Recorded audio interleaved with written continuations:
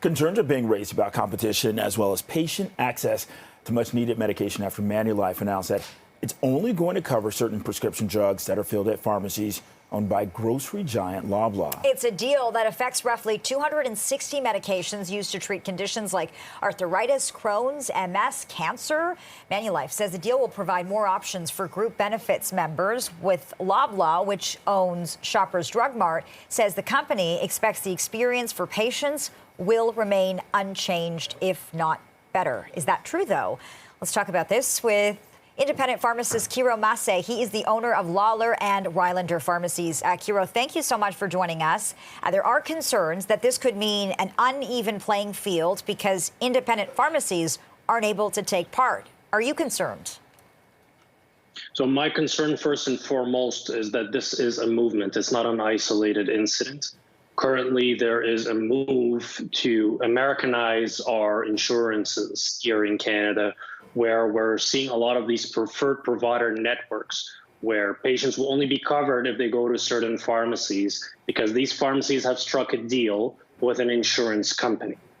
Now, I have to raise the question, if it is illegal for me as a pharmacist to provide any sort of financial incentive for a patient to fill their prescriptions with me, then why is it legal for a pharmacy chain of any sort to provide financial incentives to an insurance provider to have prescriptions filled with them? It's something that needs to be questioned by the government. Okay, Kiro, what exactly does this mean for patient care, and how is this going to change the way that you serve your clients? So for the short term, it means that you cannot use your pharmacy or the one that you typically go to or you're comfortable with to have your prescriptions filled there because it won't be covered there. And it will only be covered at a specific pharmacy that your insurance chooses. In the long run, which is the American model, which is exactly where we're heading right now, what you'll notice is that there will be less and less of independent pharmacies, and you'll probably end up with a duopoly like they do have in the States, where it's CVS and Walgreens and very few independent pharmacies. And when you have a duopoly in any circumstance, it ultimately affects the user. So you will end up with less choice for the patient, and this duo will then control the entire market and eventually call the shots, if you will, on how the service is going to be provided. This is what I'm expecting will happen, simply because we're not really reinventing the wheel here. We're just following a path that we know doesn't work. It hasn't worked south of the border, yet we're continuing down that path very swiftly, unfortunately. Kiro, I want to go back to what you said. You laid out some really serious concerns. You talked about how this could be the beginning of Americanizing our pharmacies, and you say that's worth looking into. What do you want to see happen? What I want to see happen is this whole concept of preferred provider networks, where insurance companies are essentially eliminating patient autonomy and choice with the claim that this saves costs. I need that to be illegal in Ontario like it is in Quebec, because that's the right way to do things. Patients should have a choice. I personally believe that pharmacy is the last beacon of humanization in healthcare, because patients get objectified all the way through the healthcare system.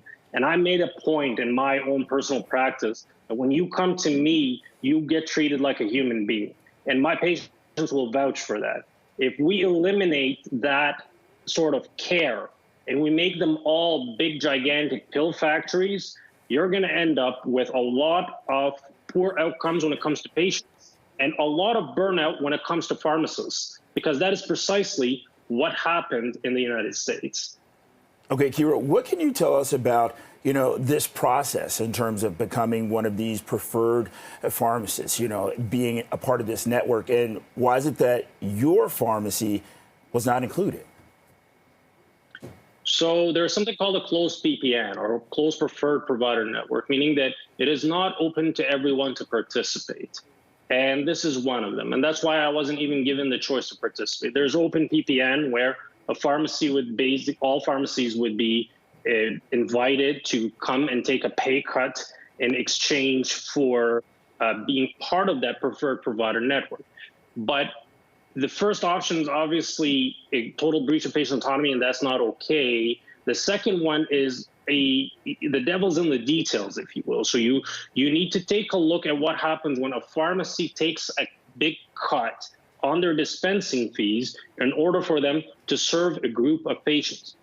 And what ends up happening typically is that you will get a pharmacy that exchanged profit for volume, and you will end up with these gigantic pill factories, and that is the epitome of dehumanization when it comes to healthcare.